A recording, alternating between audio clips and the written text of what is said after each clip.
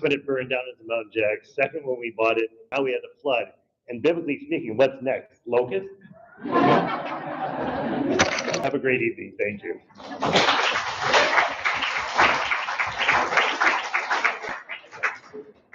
Does anybody have any questions for Michael before he runs away? No, run away. Thanks, Michael. Thank you, Michael. Thank you, Michael.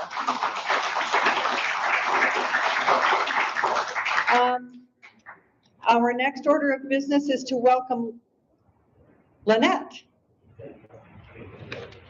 Lynette, as you know, is the chair of our benevolence committee. Thanks, Emma. And used to be my neighbor in Berkeley, but she moved away because of somebody. Well, I have a story to tell about you too, so. Hello. This month is a little different. We're not collecting items for a charity tonight. There is a lot going on tonight.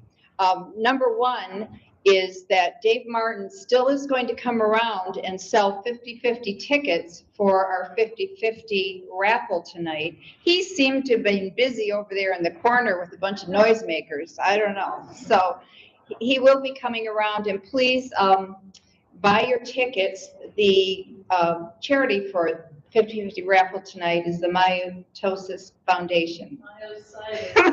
I knew I'd say it wrong. I said, Joey, how do I say this? Myositis. The Myositis Foundation. And Shelby will be providing us information about that, but why don't you just do it now? Do you want to come up and tell us about the foundation?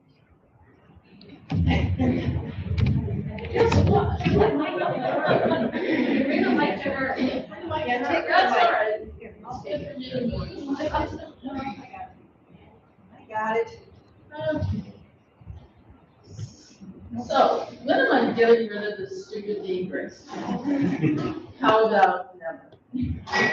I have a rare autoimmune disease called inclusion body myositis. And I've had one form or another for 15 years. And it's progressive, slowly, my muscles are deteriorating, and this brace is just another step I'll have until I end up in a wheelchair. So the 50/50 is going to the Myositis Association, which is trying to find a cure for a very rare disease. And that's my story.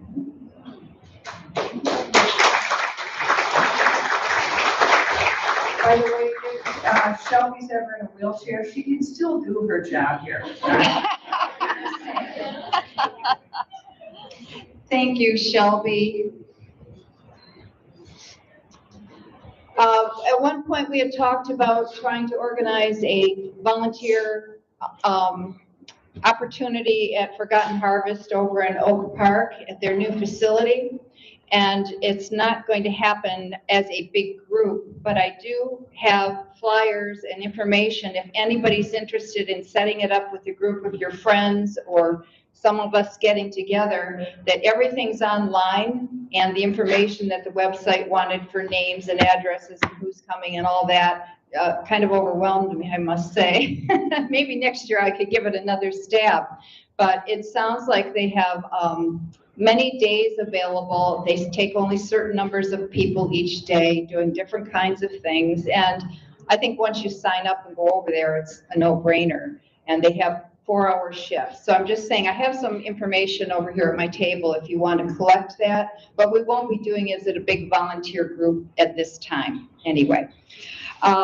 Okay, and then the other thing is we have a benevolence every month, and this month benevolence is the Penricton Center for Blind Children. And Dave Martin introduced us to this group a few years ago, and we have been supporting them. And we never could really get a time to have anyone come and talk to us about the center. COVID hit, et cetera, et cetera. But tonight we're very fortunate to have Janet Ames here, who's the communications director, I believe. She can tell you her actual title, but she has been at the Penricton Center School for Blind Children for over 35 years. She loves it, and she's very eager to share with us what they do there. Janet, would you please come up?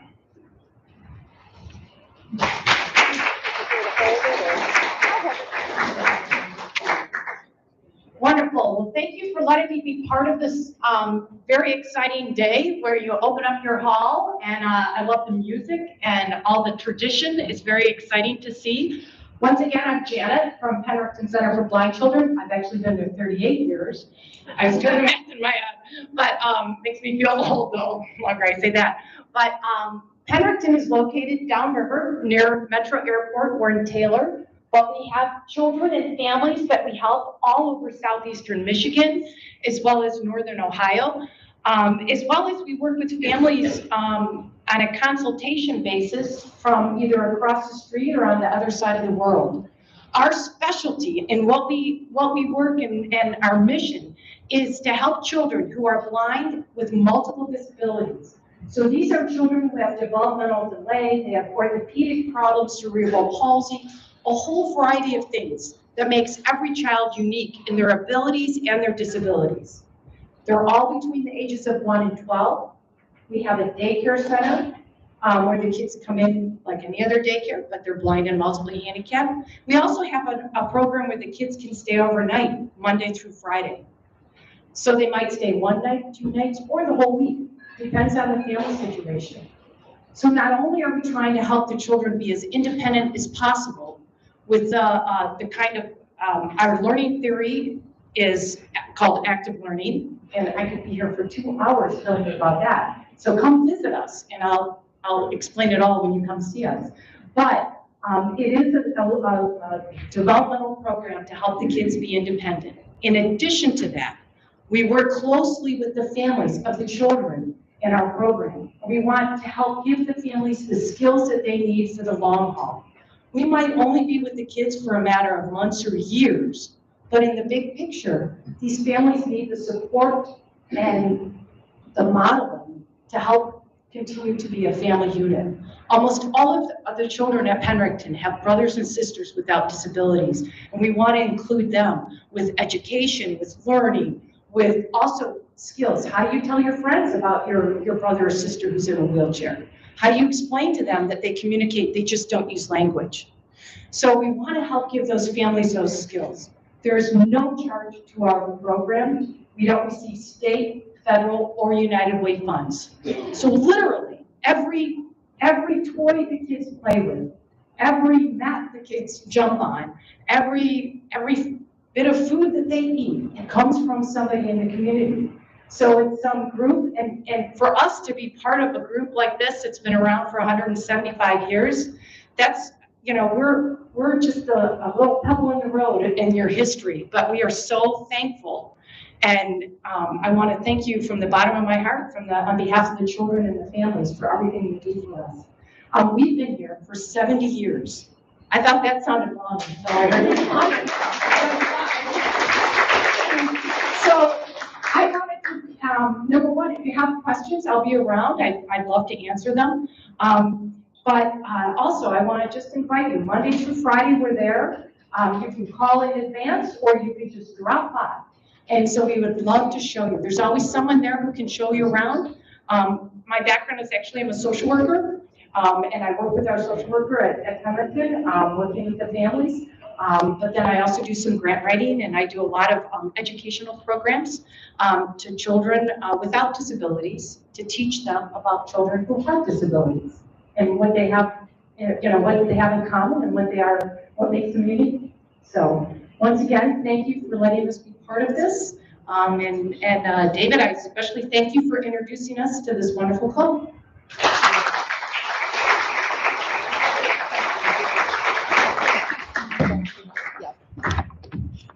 Emma, would you like to come up, please, and help me?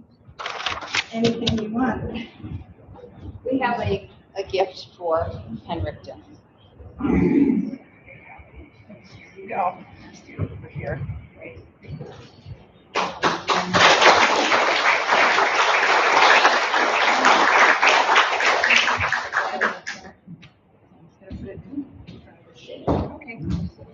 I would certainly encourage anyone who would like to visit, certainly go down. It's a wonderful You won't believe what you see. It's amazing. It's the only way I can describe it.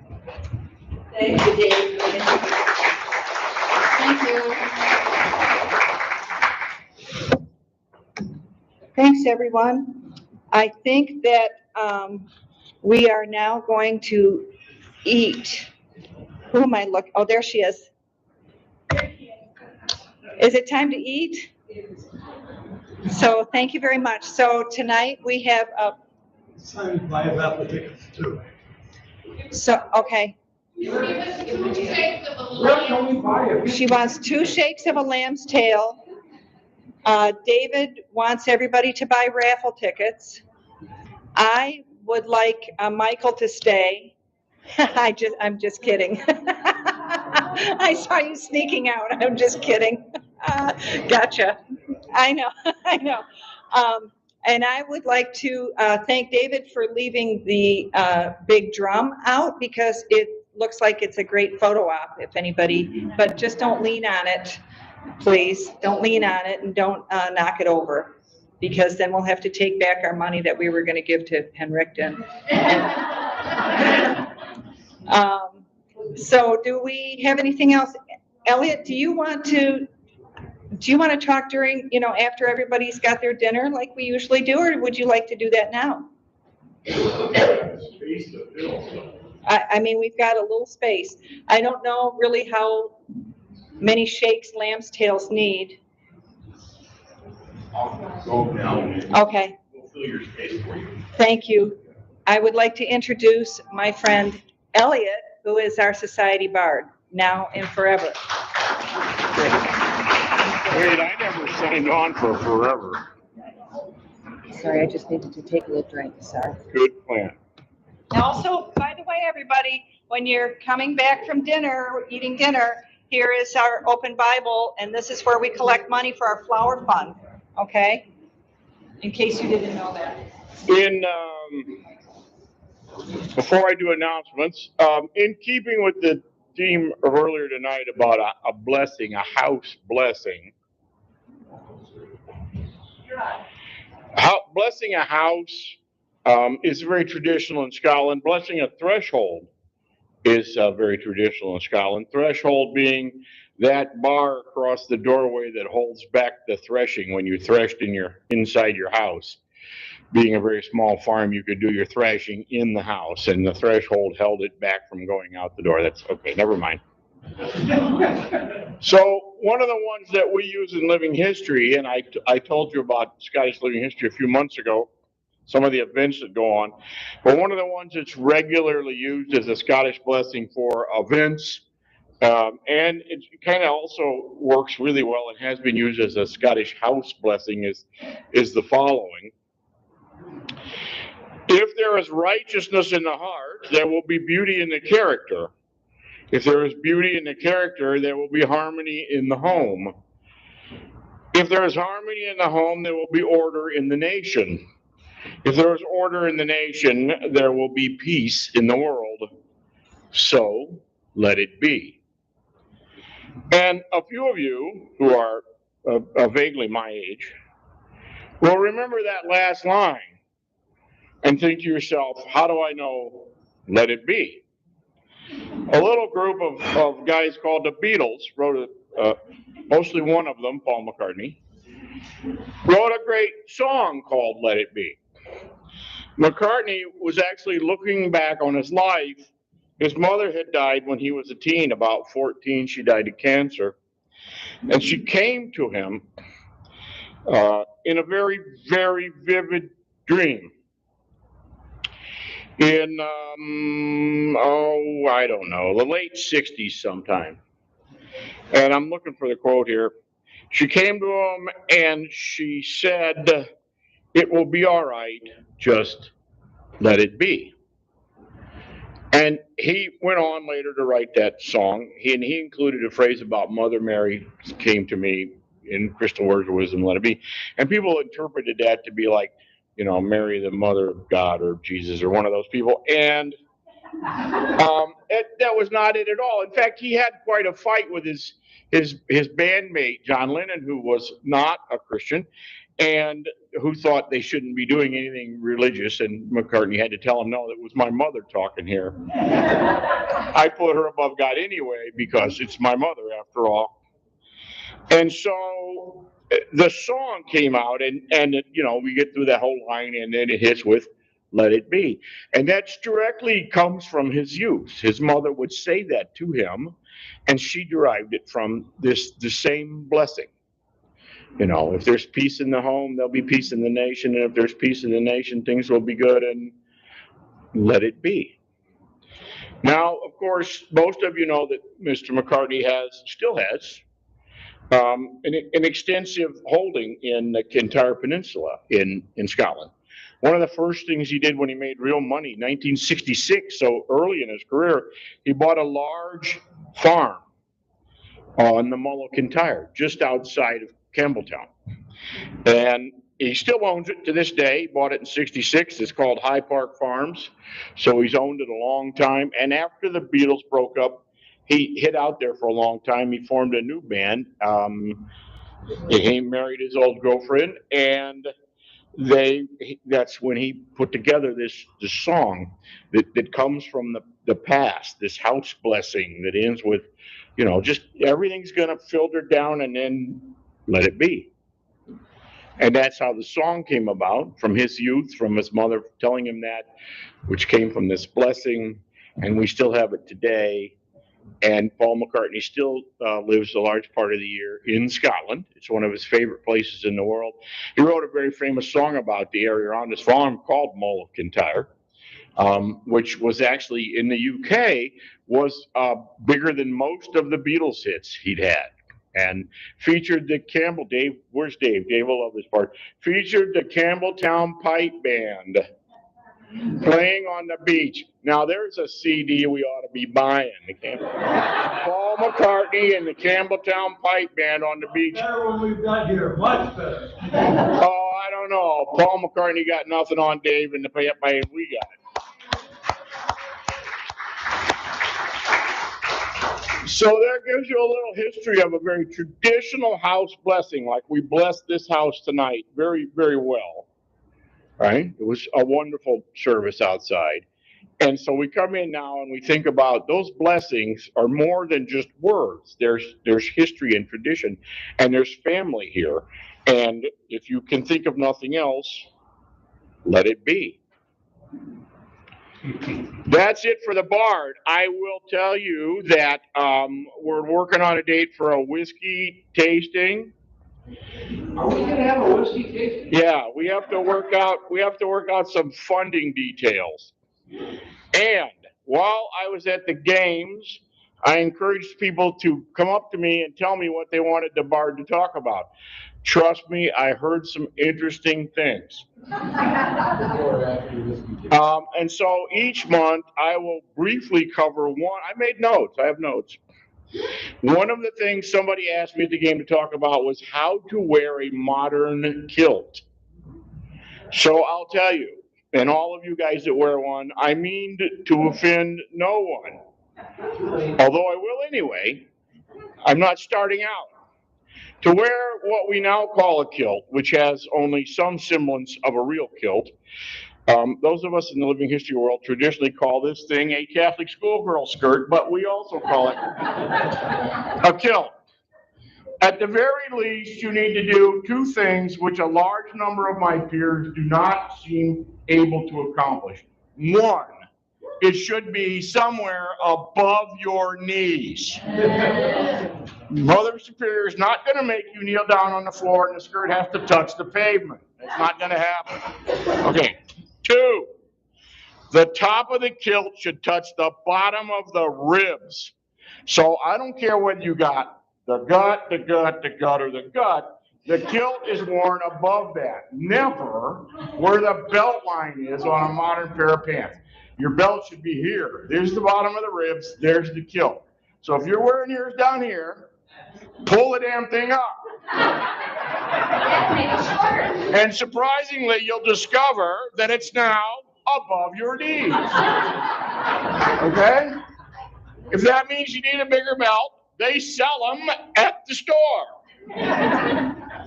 It's worn right here for a very good reason. You have ribs and bones all the way around which protect this part of your body. Then you have this huge thing right here, which is a hip bone, okay? In the old days, that left a very very vulnerable piece right here. Between the bottom of the rib and the hip bone, there's this chunk with no protection, no natural protection. There's nothing there till you get to the spine, okay? To protect that heavy leather belt you wear with your kilt and all of that material that's wadded up at the top of the kilt goes in that strip between the bottom of the rib and the top of it, all right? So when you get hit with the mace or the axe or the sword or the spear or whatever's coming at you, you have something in that extremely vulnerable band. And it's a wide, heavy leather kilt belt and all that kilt material which gathers at the top of the kilt. So, gentlemen, I love you all dearly, but pull the damn thing up.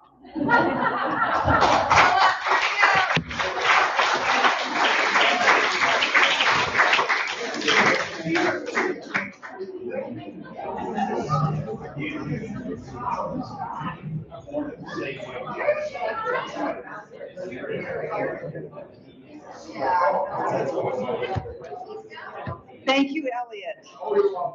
I've been trying to figure out a way to wear my kilts where it doesn't make me look like the side of a barn. So, okay, everyone, I think that we can look to Nancy's nodding. Nancy, are you calling tables? Are you starting with the podium or? Oh, wherever I'm sitting? Okay, I'm probably going to be over there by Ann. I know, I keep trying. So everybody, while we're having dinner, don't forget about your 50/50 tickets. Don't forget about donation to the Flower Fund. And don't forget about the fact that the people that are entertaining us during dinner time are going to be Tara.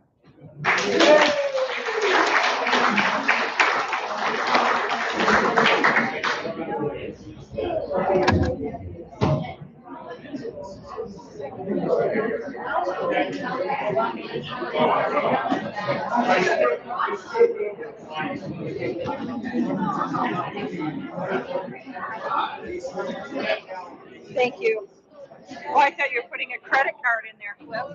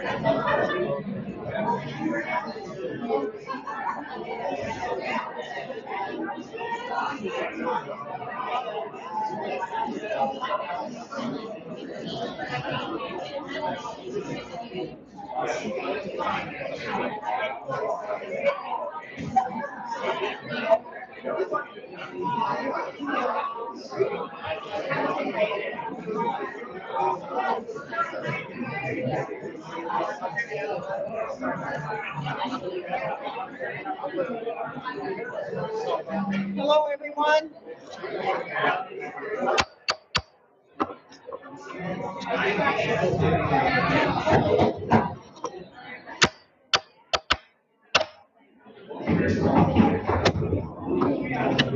Can we come back to order? Am I working? Can we come back to order? Thank you very much for the lovely music while we were eating. And thank you very much, everybody who brought the food. And thank you to the St. Andrew Society for the ham. It was really good. That was good ham. And the cake, too. Of course, I didn't have any cake. Yeah, okay.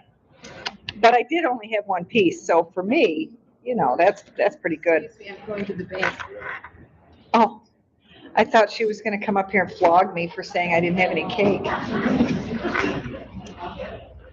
So let's start the business meeting. If we could settle in for the really fun part of the night. Thank you so very much. Our secretary, Kelly, who's over there. Hi, Kelly. She provided the meeting minutes for the June 6th members meeting. Excuse me. And I will entertain a motion to accept the minutes into our official record. So moved from, that was Kent, right? And a second from Dave. Thank you very much. Does anybody have any discussion or corrections to the minutes? Hearing none, all in favor, please say aye. Any opposed, please say nay. Thank you very much. The minutes are approved for June 6th. Kelly's got something on here, President's remarks. All I want to say is, I hope everybody really likes the hall. It took a long time.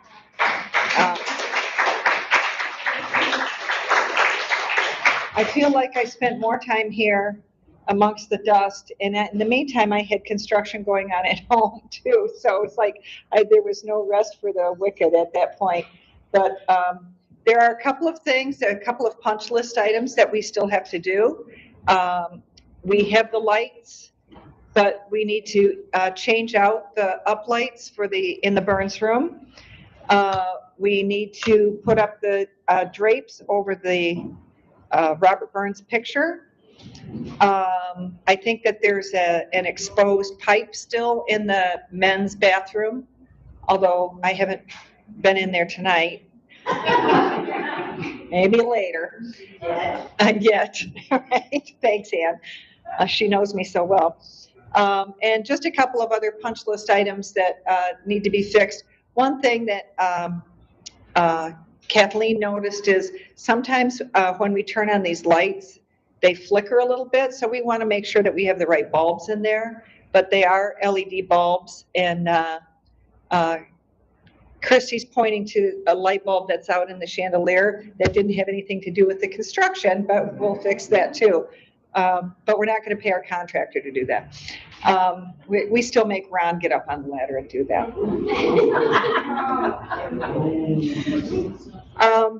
So anyway, so that's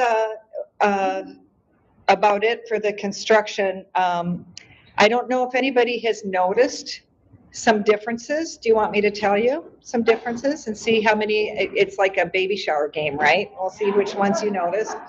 So one thing is, there was a bump out over this door. Do you remember that? It served absolutely no purpose.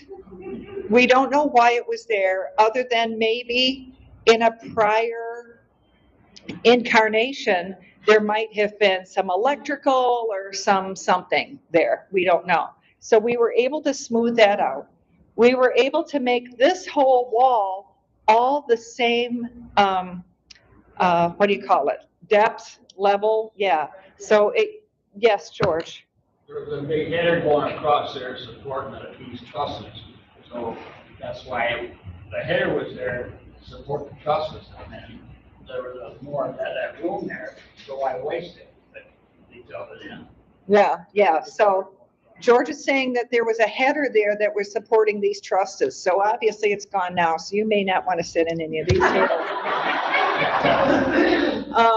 So there was a bump. There was a bump in just the other side of these doors. It went about 4 feet over, and then there was a bump in that served no purpose whatsoever. Kathleen had a cow. When I said, well, let's smooth that out, she's like, no, that's where I put my coffee table. It's like, well, it's going to be fine. So that got covered up. So we have, one straight, smooth surface wall. Thank you. This is the COVID brain fog that they've diagnosed me with, by the way. That's searching for words like this. The other thing is, we painted the ceilings. We did the ductwork cleaning after everything was done. The wall surfaces now have like covering on them, wallpaper covering on them. So that saves us if there's a bump or a ding in the wall. What else? Well, the bathrooms, they're about the same, right? The bathrooms have really been upgraded. Also, in the bathrooms, in order to keep this from happening again, a smaller, like a 10-gallon hot water tank has been placed above the ceiling in the bathrooms so that the water isn't running all the way over there. That could cause this kind of a problem again. Or I should say, under there. So, we should be safe from any more floods coming up from the floor. Also, that entryway to the bathrooms is changed. So when you're walking by it, you're not looking directly into the men's room. Although, okay. So those doors can be left open or opened up with people walking by, and you're not getting a direct line of sight into the men's room or the women's room.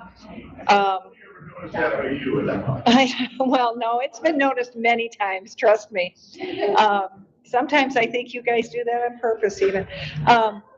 So the women's room is like set back a little bit with that entrance, and that entrance has been designed with an offset archway in, because that serves as a sound buffer for people that are having dinner and screaming bridesmaids that are in the ladies' room having fun on their big night. We still need to put up a coat rack along that one side, and then we're probably going to put a movable coat rack there, and also we'll have another movable coat rack that can be put inside in that little corner, because that coat rack area there was really crowded. And so before, when we had two sides, it was crowded. So now with one side, it's going to be even more crowded. So we'll have another movable coat rack. What else? Carpeting. Is there a what? Possibly. Possibly. We did have people go through and clean everything down. It was so dusty in here. I mean, because, you're tearing up concrete and walls and all of that stuff. We left the nice dark paint on the beams. We freshened up all of the other paint. We have consistent carpeting all the way through the boardroom, the Burns room, the classroom, and the library. Really, I think that's about it, right? Yeah. Some of that old stuff, especially like all those posters in the office, they going back up. They will likely all go back up. Yeah, I told Kathleen I'd come and help her. Those posters are one thing. Yeah. Historical. Yes. Yes. George, when you go, we're just gonna stuff you, you'll be in a glass cabinet, and you'll be the old thing.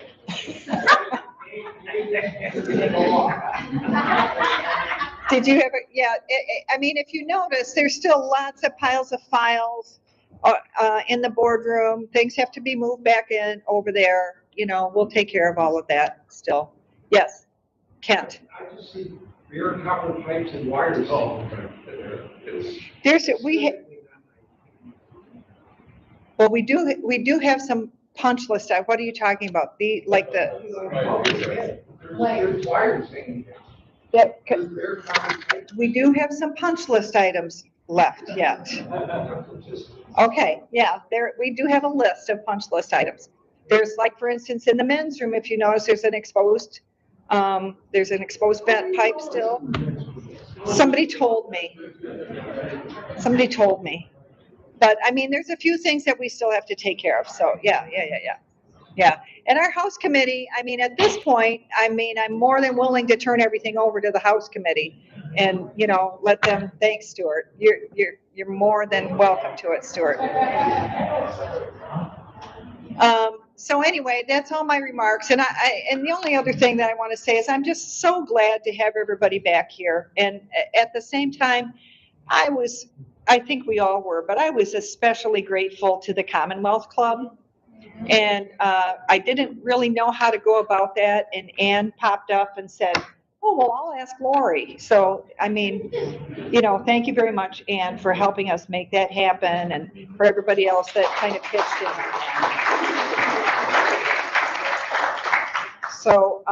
So that's all I have to say. Now, I would like to bring up John and give us a treasurer's report now that we're back in business and making money. Thanks, John. Thanks, Emma. One thing I would like to do is I'd like to give a big thanks to Emma for coordinating all this.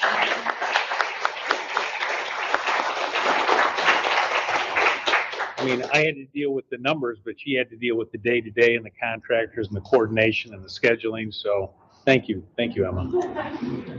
So last time we got together in June, we basically reviewed up the annual financial statements as well as the February. And obviously with the facility closed, we didn't have much in the way of activity subsequent to that. However, I just last week got the July information. So we've got 7 months, and the procedure is typically I take it to the executive committee, which will happen tomorrow, and then I'll take it to the trustees next week. And then once both of those groups sign off on it, I'll be back in front of you at the next general membership meeting to give you July. Like I said, not much in the way of activity. The big month, obviously, is going to be August with the games. And certainly I'm working with Kathy in terms of, obviously the games has taken place, but there's always the straggling invoices and bills that come in. So hopefully hopefully over the next 30 days, we'll have the rest of that information in. So when we do present August to you, we'll have a good final number in terms of games activity. But that being said, I'd like to give you an update on where we are in terms of bank accounts as of today. So in our operating accounts, we have $2,100 in our liquor account. That's the account that we buy liquor out of because the state requires electronic transfer. So we do keep a minimal amount in that account. The general operating account, we have roughly $32,000 in that account. And we've been holding our own. We typically like to keep no more than $25,000, $30,000 in that account. If there is any excess, we would typically put it in the investment account. And then in the games account, and I don't want anyone to get overly excited, we have about 68,000, but again, we're still waiting for a number of invoices to come in. You've got to remember, we typically start with 8,000 as kind of a base amount before the games. So we have some operating capital. And then of course, we've obviously got to wait and see what kind of invoices we're still waiting on. So I'll be working with Kathy to make sure that those are in. As far as our investment accounts, our two large investment accounts, the one account as of today, we have about $1,255,000 in that account. And in the other investment account, we have approximately $701,000. Obviously, probably the biggest impact on those accounts, as I've talked to you back in June, is obviously the decline in the overall market.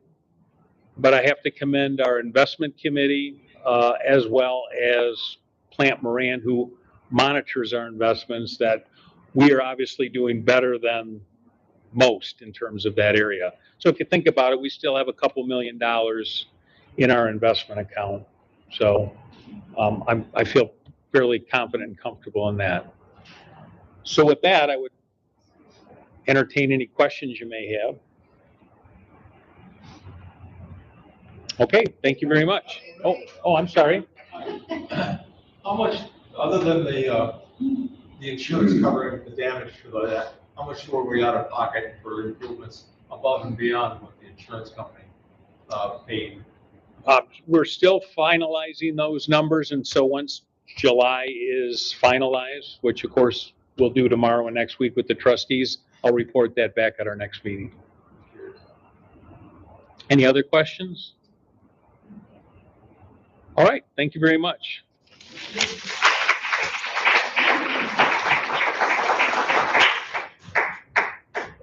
Thanks, John. Next on my list is David Martin. Oh, he's eating. Well, I'll skip you until you are done eating. Oh, okay. Elections. Something near and dear to my heart. You want to eat?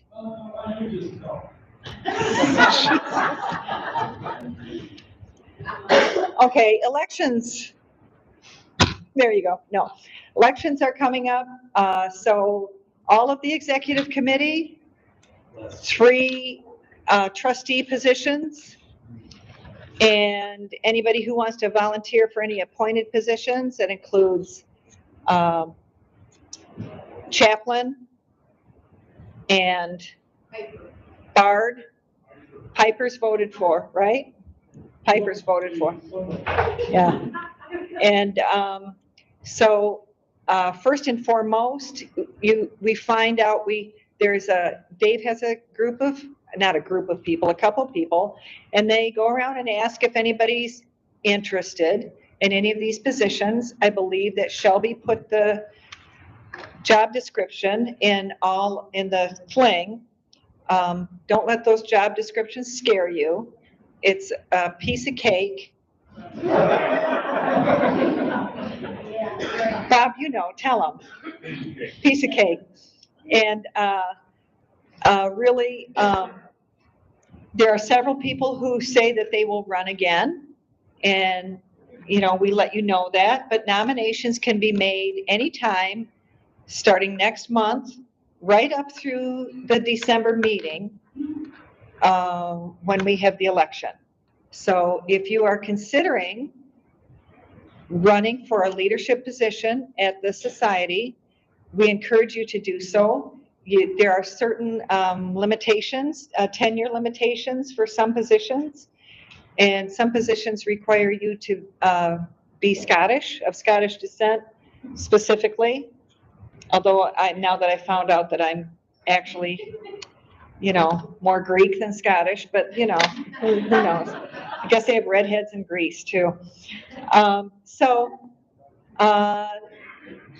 Feel free to reach out to anybody who served in any of these positions, and they'd be glad to tell you how it works and, what to do, and that it's, not as bad as I try to make it seem. And you do get to eat first in line, usually. And, but also, it really is a very honorable chore. If you are trying to give back and you're too old for the Peace Corps, this is the place to do it. And there's a lot of good friendships to be made.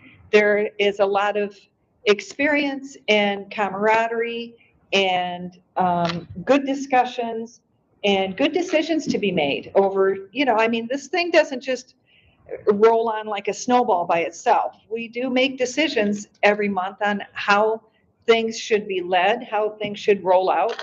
And frankly, when you have the same person in my position for too many years, you're in an echo chamber. You're not getting any new views or any new ideas from anybody other than me.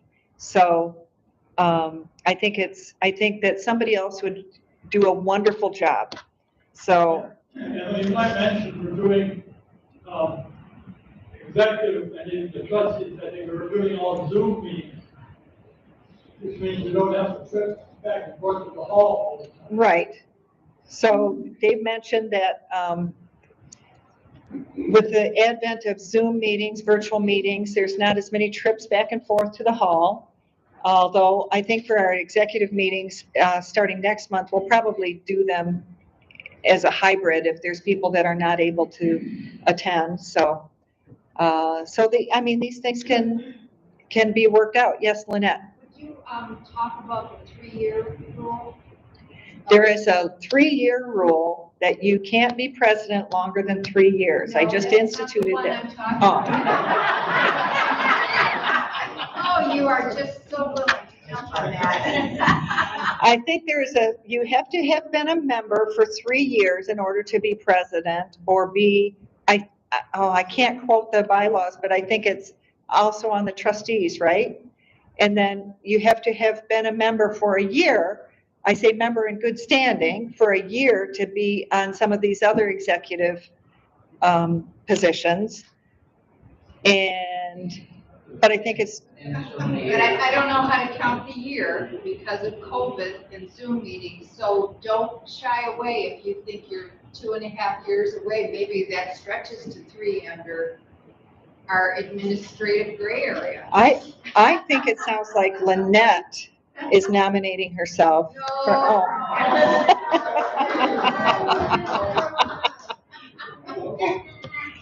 So, seriously, listen, pretty much everybody that's here knows this story, right? There's, we're mostly familiar faces here, but we're getting a lot of new members. And even though it takes a year to kind of get your feet under you here, that year goes by quickly. And then you can run for an office and you can make new friends and, have a lot of good work experience, or if you're retired, it's a good way to give back to your Scottish community or your community at large. So, and we are a benevolent society. We do good work. So it's an important thing. Is that everything you would have said, David? Okay. Okay, all right. So that's David. I can put a big X there. And I'd like to ask Nancy to come up for cultural events. And I would also like to acknowledge the fact that, boy, we seem so active. And the reason that we're so active is because Nancy's really open to helping find other people to put on these events. And or to kind of, I want to say, kind of sponsor events like the Portofino night, and the Scottish tea is going to be happening here, and different things like that. So that's very important also to remember, if you're going to run for one of these offices, that you don't have to do everything by yourself. You can coerce. I mean, you can get other people to work on your team with you, and people will be glad to do that. That way you don't have to carry all the responsibility yourself. Okay, Nancy, come on up. Nancy Waters, everybody.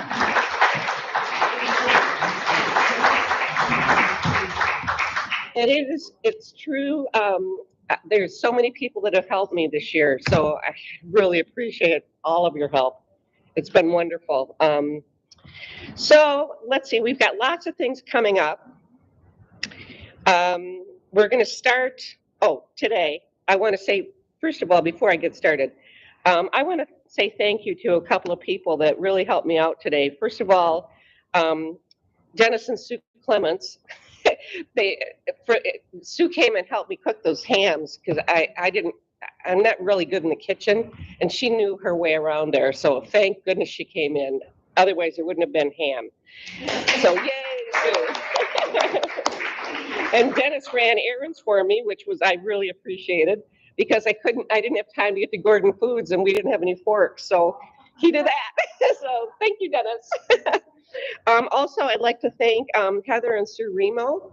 They came in tonight and set up the whole hall, and they know how to do the coffee and all the things that make the dinner work. And so I'd like to thank them very much for helping out. And I'd also like to thank Ron Cunningham for coming in. I wasn't expecting him, but he came in anyway. He's always here. So, Ron, thanks so much for all your help. Okay. I forgot. Willow and Patty. Willow's at the bar. She's Patty's daughter. Patty helped out too. So thank you very much, both of you. Okay.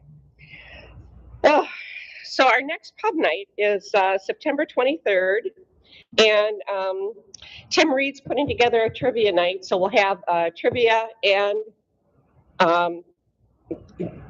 drinking. But we're also going to have chips on sale at the bar, so for $1, and it should be a lot of fun. Our last one was a great success, and it was just a real fun get together with everybody. So please come to that if you can. It's 7 to 10 on Friday, September 23rd. The next thing after that is our next meeting is a membership meeting. So there's going to be a new member initiation, and there's going to be a dinner at that one as well. So get your taste buds ready. I don't know what we're going to have yet, but I'm pretty sure it's going to be shepherd's pie, but we'll see. Then the next event we have is the Scottish author, Donald Murray. Dennis, did you want to talk about that? Oh, okay. All right. Donald Murray's coming. He's from Scotland, and our book club read one of his books called As the Women Lay Dreaming, and it's about a ship sinking that was bringing back veterans from World War I. Thank you. Keep getting that wrong. I don't know why. And anyway, so he'll be here, and we've already have 20 people coming so far. We can fit more in, but the thing that I wanted to let you know is he brings his own singer, songwriter, musician with him, and so there's going to be music as well. So and we're also going to have snacks and coffee and tea and some treats and that. So please come to that if you can.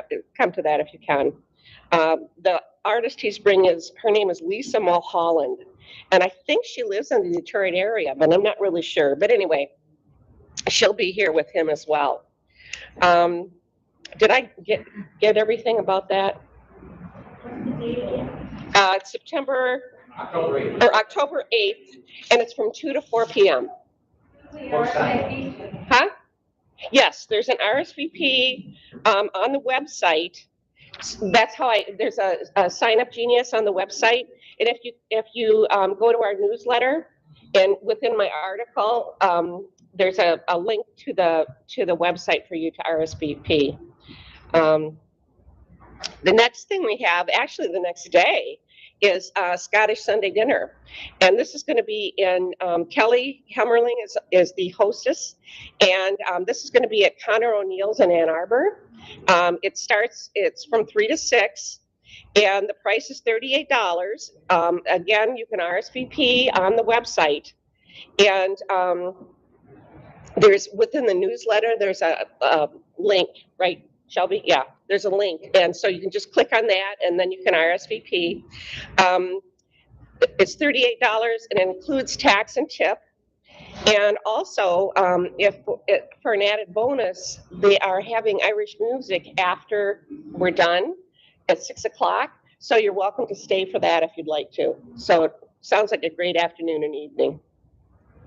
The next event is a Wee Barons event. It's a Wee Barons drop-in Halloween event. And we're calling the Spooky Scottish Saturday. There's going to be a craft, storytelling, songs, treats, and a surprise or two. And that will be October 29th, and it's from 10 till noon. So if you have children or grandchildren that would like to come to that, please feel free to bring them along.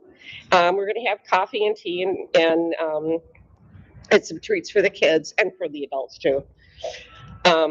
So that'll be a lot of fun. And we're encouraging costumes, but it's not required. So if the kids want to dress up, that's great. I know Emily and I are going to be dressed up, right? Be dressed up as something. It's something, yeah. We're not sure what, but. And then we also have another Wee Barons event coming up. We hope this will be December 11th, and it's actually we're kind of glomming on to Kate DeGood's Christmas party, and so we're hoping to have a very special Santa come, right, Elliot? Special Santa? Yeah, he's very excited. So that'll be a lot of fun. It's going to be a combo Santa Claus whiskey tasting. Okay. Yeah, there you go. That's the spirit. That's the spirit. The next thing we have is November 26th is the Kilgore Hall Decoration and Teardown event. The teardown won't be till January 7th, but nobody signed up for that. When is it? It is November 26th. Did you sign up? Where did you, it didn't come through on, oh, you did this afternoon? Or did you see my please help me? Where do you sign up? You sign up if you go to the newsletter, it's published on the website, go to the newsletter and there's an advertisement for it. Okay? Either that or you can look in my article, there's a link. Okay? Now, here's a little caveat here. We don't have, last year we had a whole bunch of people came to set up and a whole bunch of people did not come to clean up. So sign up for both if you can. So, yeah, that was pretty gruesome for the couple people that showed up. And let's see, after that is the December 3rd is the St. Andrew's Day dinner. And we're firming up details on that. I don't have a lot of details on that, but that's going to be December 3rd from 6 to 10. And then Friday, December 31st, we're going to have a family Hogmanay celebration. And Brian Matterford, there you are. He and our committee is putting that together, and we're going to make it like a family type event, because it's going to actually last from probably from 4 till 8 o'clock. So you could, if you need to go party after that, you can. But I won't be. But we wanted to have more of a family type event. So we've got some things planned for that, and more details will come about that later. And that's all I have to say, I think. Did I remember everything, you guys? You think so? Okay. Dennis, did I remember everything? Okay. What? Okay. Hi, Carol. Oh, I did forget something. Jeez, Stuart, you got to knock me inside of the head. I just want to mention that we will have a full supply of command hooks for decorating the hall. Right, Stuart? Stuart's got something to say too. Got a story to tell you. A lot of you know we do have a library, and this library has a name.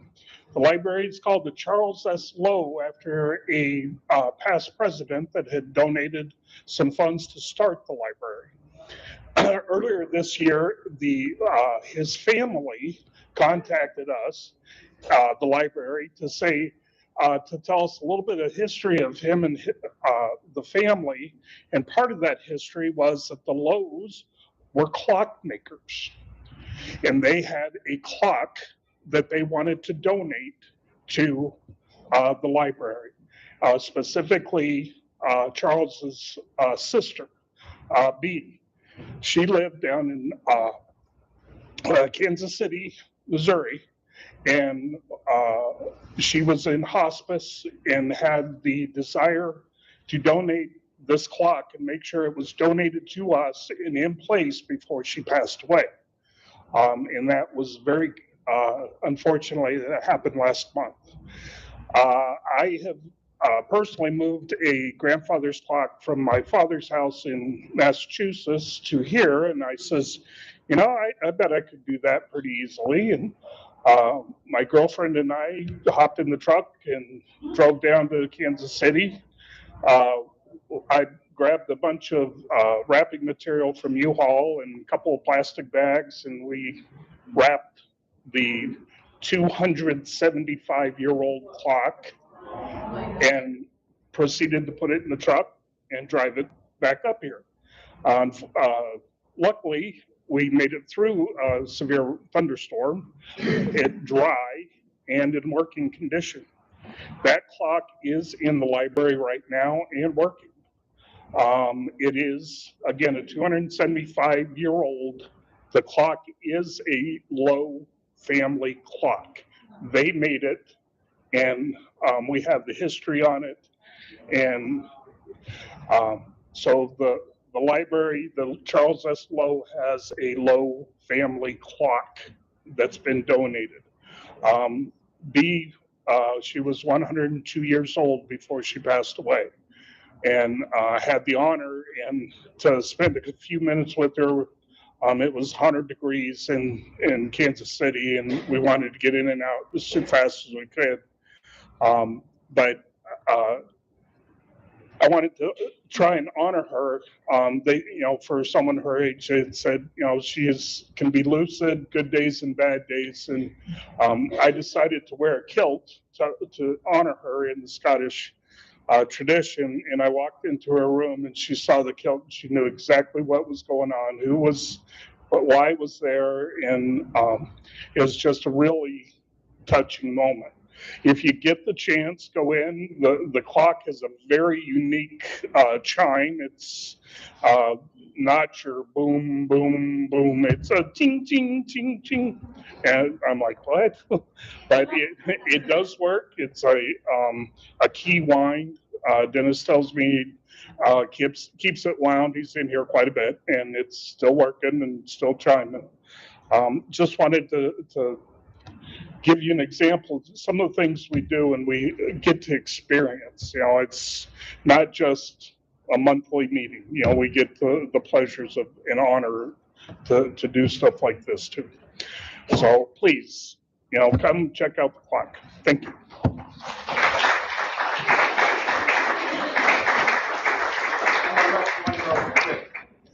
With Stuart, what he did, the family said, what a difference that made. It was, when she passed away, I think it was within a month after he had left. It's almost like this was the last thing I wanted. But I can't believe, say how much they appreciated what Stuart did and what a difference it made for them. Very nice.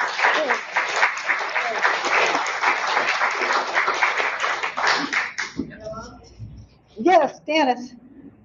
We have a member who's partial of family, Jean Lee, last name, our new member. Oh, who's that? Hello. Thank you. Thank you. Welcome. Welcome.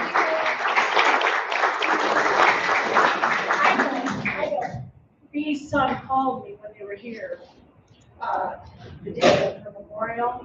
They came to the clock memorial. Right, and so he called me to find out where the other clocks were, and I had to tell him that my cousin had them, and then he tried to tell her, and she wasn't home, but my aunt, every time she went home to Scotland, she came home with another gold clock.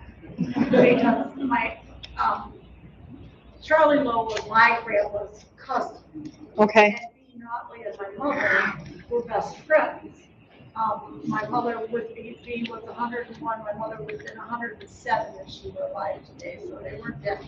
And so we have so many Charles Lowe's in our family, it's not even fun. We're glad you're here. Thank you. Thank you. So I know we're going along tonight, but we've got a lot of things going on, and we do have a few more very important items left on our list for the evening, and the first one being hearing from Kathy about the games.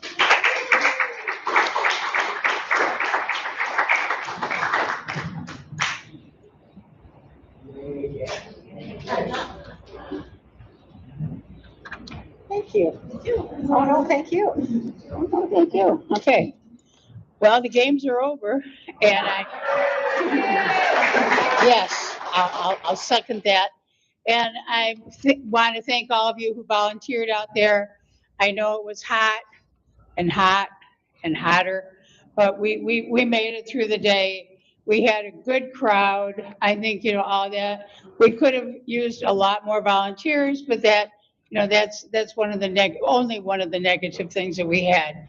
So we're just glad that we had the kind of day. We didn't have any rain. We can be thankful for that. We didn't have to collect on our weather insurance once again. And so that part of it was great.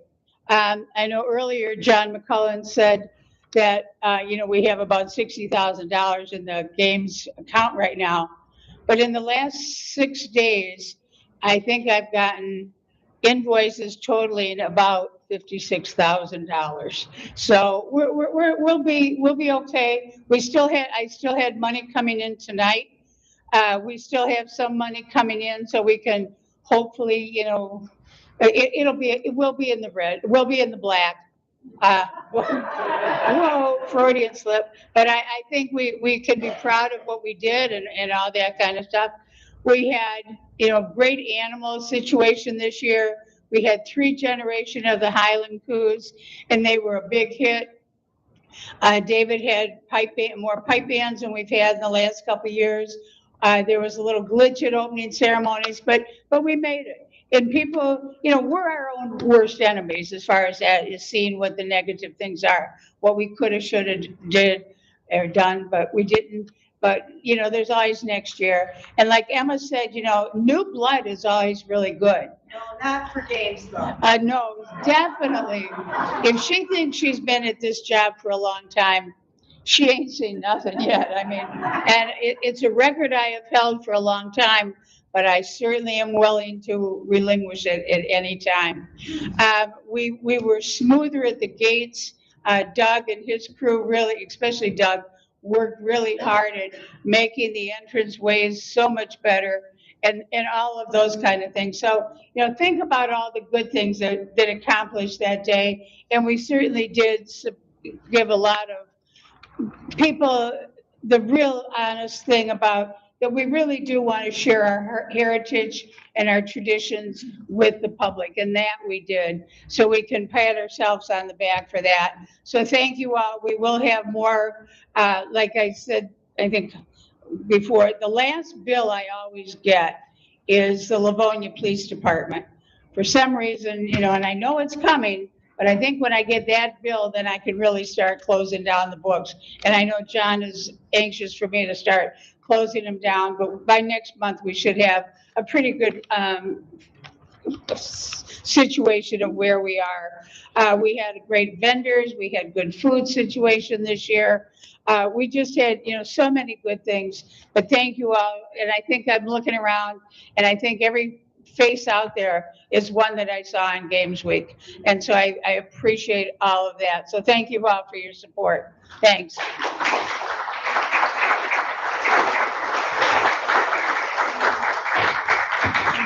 Thank you, Kathy. And Julie, now, Julie, where are you? There you are.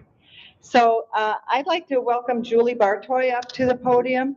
Now, you all know that Rosemary is not feeling well, so she has been, gosh, you can't use the word grooming anymore, can you? She has been mentoring Julie. And, but then that came to an abrupt, Julie had to kind of start swimming on her own very quickly. And I would like to thank you personally, Julie, for stepping up and taking over and not having the forms, not having what you needed, but you really dove in, and I appreciate it very much. So Julie is here to give us a membership report and offer up the elections for membership. Yes, sorry I'm staying right here.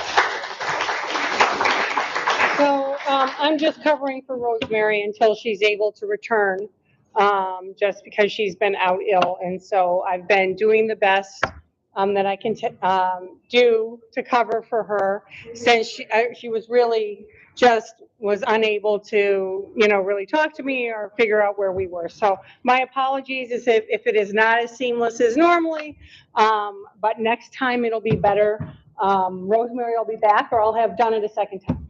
So, and so we have a couple people who are candidates, that if you don't mind, please excuse yourselves while we discuss our candidate list for new members. Thank you so much. I did put a couple of these on everybody's table, so I don't know if you had a chance to look at it, but I'm just going to go through the different candidates, and then we can take a vote.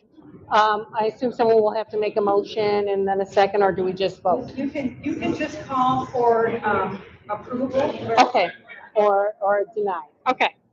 So our first candidate, his name is Jeffrey Cuthbertson. This is just, all of these on here are just regular memberships, nothing like family or honorary or anything like that. I have all of the regular membership candidates. So, excuse me. Thank you. Okay, get ready. Sorry, I don't usually have that problem. Thank you. So Jeffrey Cuthbertson, he lives in Rochester. He does not know of a clan affiliation, but he does know his Scottish lineage is from Hugh Cuthbertson, which is his 5th great-grandfather, who comes from Kilmore, Scotland. So that was the direct line to Scotland. And Rosemary Newton sponsored him. So any questions or anything else I can answer about him? You can just go through them all. Okay. The next person is Elise Casista. She's from Canton, and her clan affiliation is Dixon. Her lineage, she did some DNA testing, identified that she did have Scottish heritage, and she did do some investigation and identified that her 3rd great-grandfather was James Dixon, born in 1833 from County of Edinburgh. Her sponsoring member is Emily Wygotsky. My apologies, Emily. The third candidate is Marilyn Doubt. She's from South Lyon. Her clan affiliation is McNaughton. Her lineage is through her grandfather, James Duncan McNaughton. His date of birth was 1883 through 1970, and he was born in Scotland. He immigrated from Scotland into Canada, and at the time they changed his name, the spelling of his name, to McNaughton from MacNaughton. And so now, after that, his family changed it back. So that is Marilyn. Her sponsoring member is David Martin. And then lastly, we have David Smith. He's from St. Clair Shores, Michigan. His clan affiliation is Murray. His lineage is his great-great-grandfather, James Braw, born in a small village. They are pretty sure, but there's some discrepancy, but they're thinking near Edinburgh, north of Edinburgh, a small village. His sponsoring member is Rosemary Newton. And so those are all of our candidates for this month. And so, any questions? I'll make a motion that we accept these 5 candidates for initiation next. 4 candidates. 4. Thank you. Second. Thank you. All in favor? Aye. Opposed? Okay, so we'll have 4 new members for initiation next month. I hope you can all join us. Thank you. Thank you. Thanks very much, Julie. I did want to also bring forward to the membership that we'd like to ask for the approval for an election of an honorary member, and that is Barb's not here, right? Barb Straith. I know Kathy is supposed to be my spy and let me know if she was here. And that's Barb Straith. You know, Barb's husband, Don, was a member for many years until he passed away. And then Barb has continued to attend our meetings. She's continued to work at the Highland Games. She contributes to many of the charities of our society. She's been helping with the Scottish tea that's coming up in October. And that's a fundraiser for us. And she was nominated by Pam Thompson as a valuable member to continue on as an honorary member for the St. Andrew Society. And I would like to put her forward for election as an honorary member. I'll make a motion that we accept her as an honorary member. Thank you, Christy Herdine. Second from Kent. All in favor? Aye. Any opposed, please say nay. Thank you very much. That is passed, and she will be included in our initiation next month. Thank you all very much for that. Appreciate it. Who's next? Dennis? You're good for library? Okay. So now, I have... I'd like to talk about Maddie's membership system. The new system. Okay, can I do one thing first? I just want to mention that any of you that have worked with Shelby knows that she turns everything into an acronym. So she's going to talk about something called medics. That doesn't mean she's taking us to the hospital, okay? But I did want to have Anne talk about some Scottish country dancing and that we can sign up. They won't let me do it, but. You can do it. No, I can't.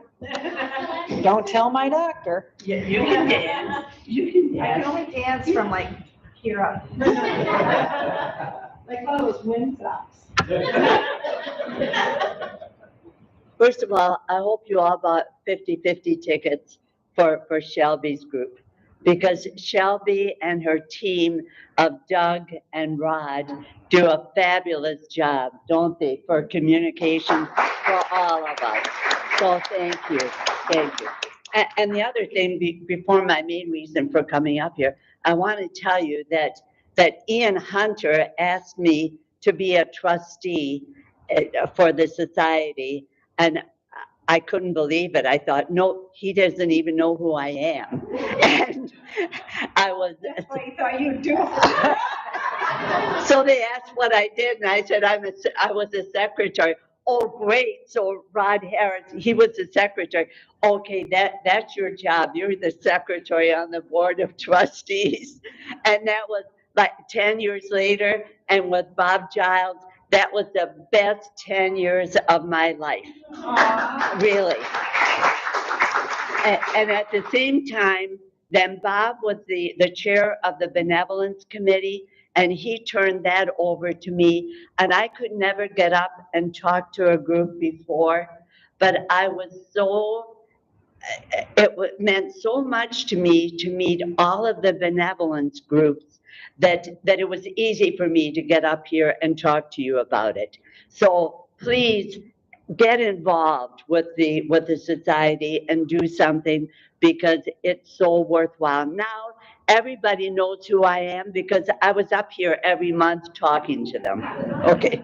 Now my main reason for being here tonight was I have Glenna and Grant here, and they are Scottish country dancers.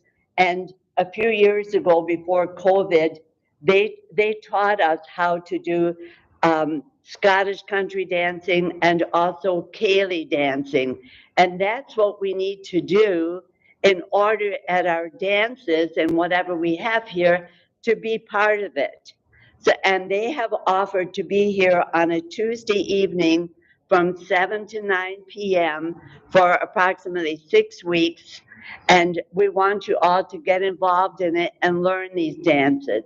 So if anyone is interested, come to our table and meet Glenna and Grant and sign up, and we'll get together here every Tuesday and learn how to dance. Okay? Good, thank you.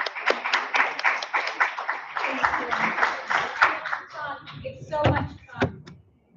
It's so much fun. We just love Ian, don't we? Ian, when did it start?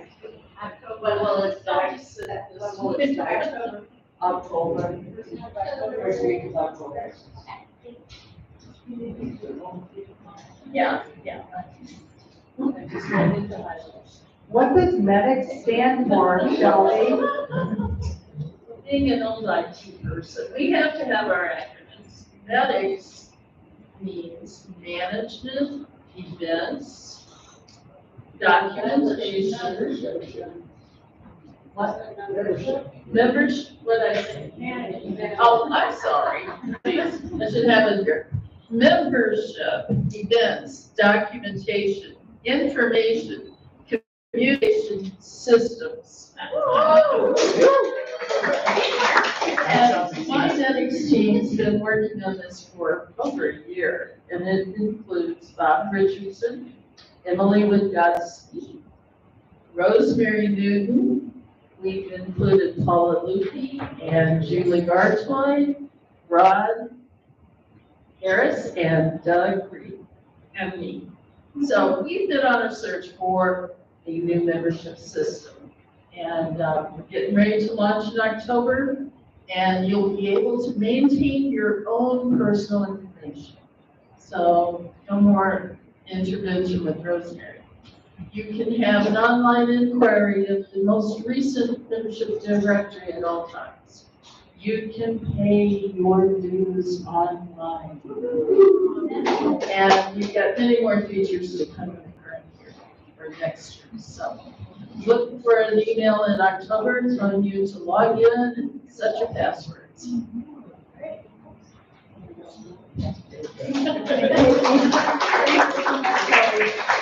In case you wonder, what's the big deal? Right now, there's about 17 different Excel spreadsheets that, and then once they get emailed to people, then is that one then out of date, and And this is going to save so many human hours of entering into redundant systems. So, and she came in under budget on this too, so that was pretty good.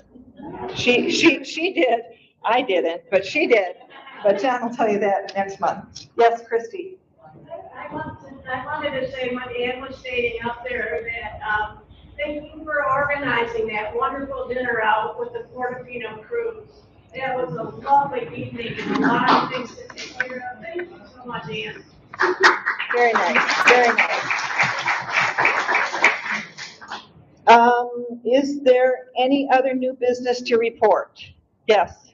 Louise, do you want the? Can I make a short announcement? Louise would like to make a short announcement. You want to be up here? I'm so short, I better be up here. When she said short announcement, I managed to not say anything, so that shows I'm gaining maturity.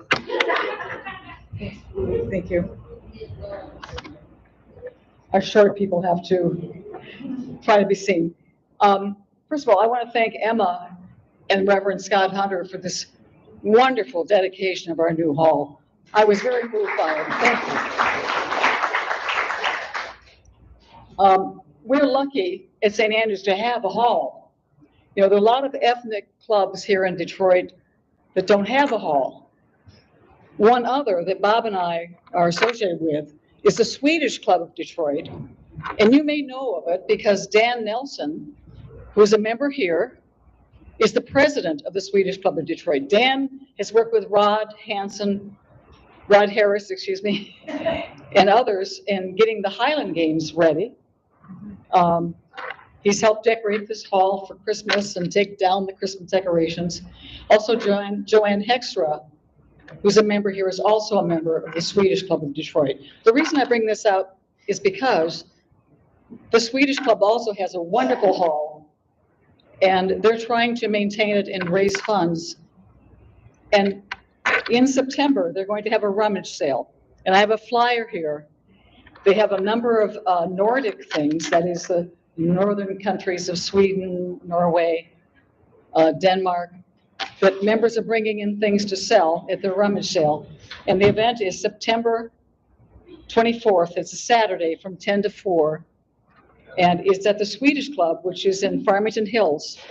And if nothing else, it would allow you to see their clubhouse. It's quite lovely. It's very different. It's in a kind of a suburban setting. It's right above a upper branch of the Rouge River. And that's where our Sons of Norway Lodge has its meetings. Anyway, I wanted to bring it to your attention. And again, we're so fortunate to have these halls, and we need to do all we can to support them. So thank you for the time.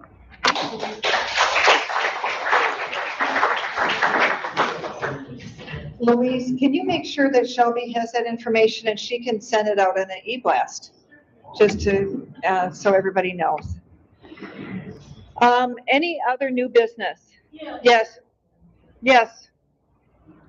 This isn't new because I'm really old, but I joined the society in the middle 80s, one of the first group of women to join the society, and I turned 90 years old this year.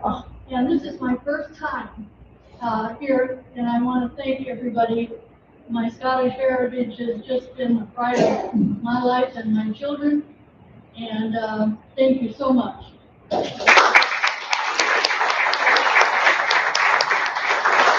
We're so glad you're here tonight.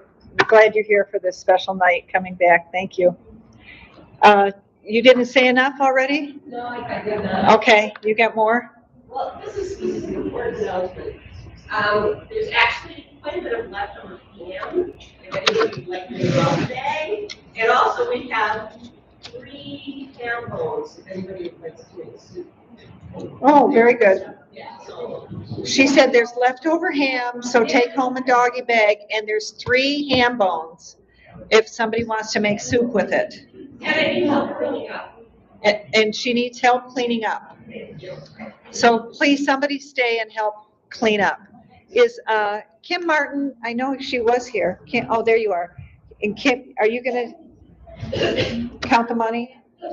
No, you don't have to clean up. Can you count the money? Okay. All right. Anything else? Go.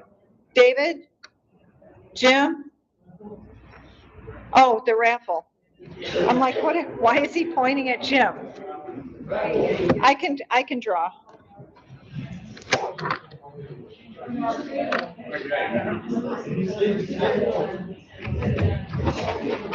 Okay.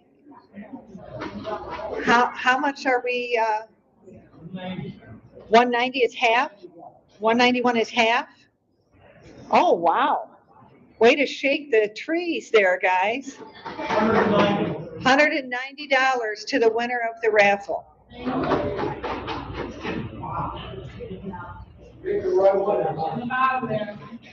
trying. Don't threaten me. Oh, it's a little curve, so we've got one. Yeah, I got one for near and one for far. 158799.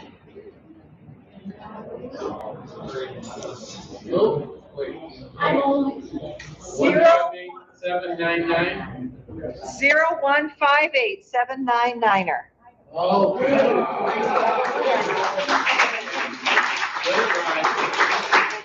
All of it goes. All of it goes. Thank you so very much.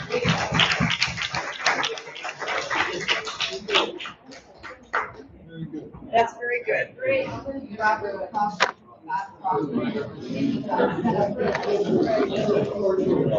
That's very generous. Thank you very much. Appreciate it. Okay, unless anybody has any this thing is just like driving me nuts tonight. Does anybody have any last minute comments? Yeah, Marilyn? I beg your pardon? The women's bathroom is beautiful. I mean, some of these guys have seen it tonight, but if you want to see it tonight, now's your chance. There's nobody in there. Thank you. Thanks, Marilyn. Anybody else? The flower fund is right here. Do you want me to count it? Okay, Kim's going to count it. I would entertain a motion to adjourn. Who was that? That was David Tate, always ready to adjourn. And that's Kent, always ready to support Dave Tate. So there we go. Thank you all very much. So as you are able, let's gather in a circle and we are going to sing our closing song of Auld Lang Syne.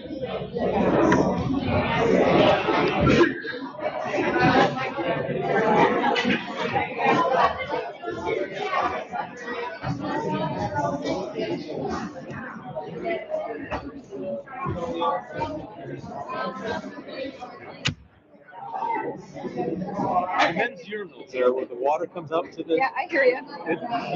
They've got. Kathleen's got a punch list, and I don't know We why. tried to nail it down on a punch list on our house meeting calls. And I know. But anyway, Stuart.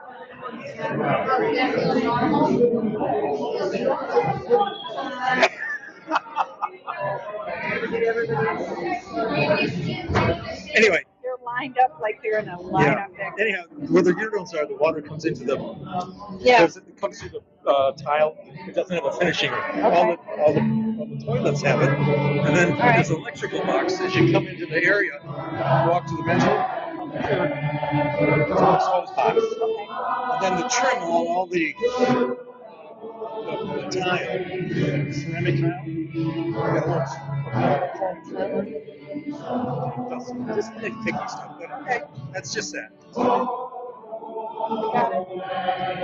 Thanks. Do you like the hall? I do. Yeah. I just kind of confused it. I mean, everybody just feels it.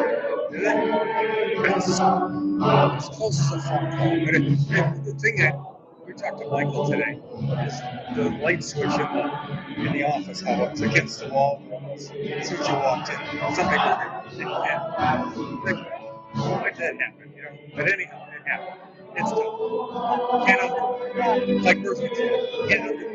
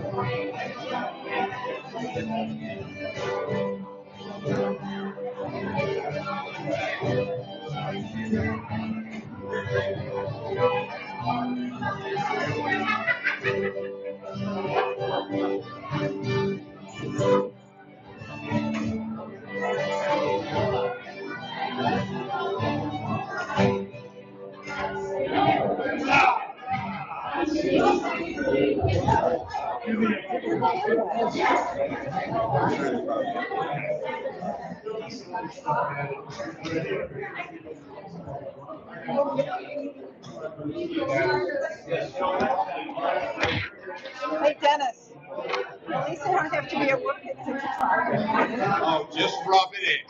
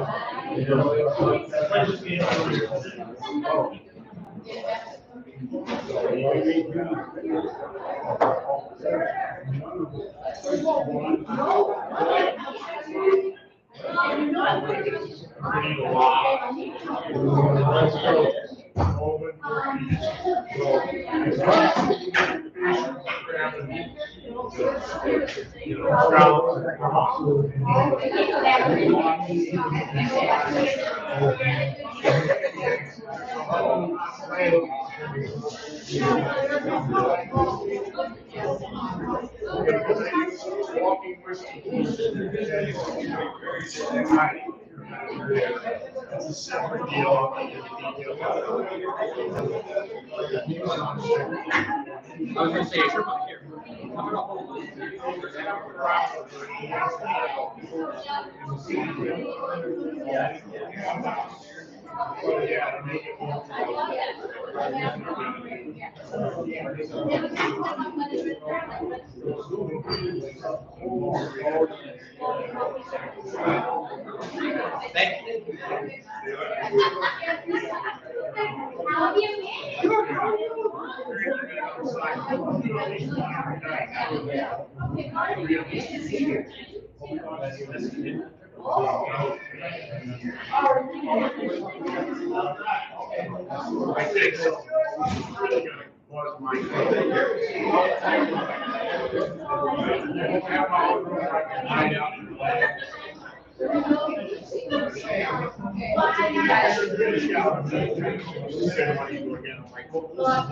Somebody else.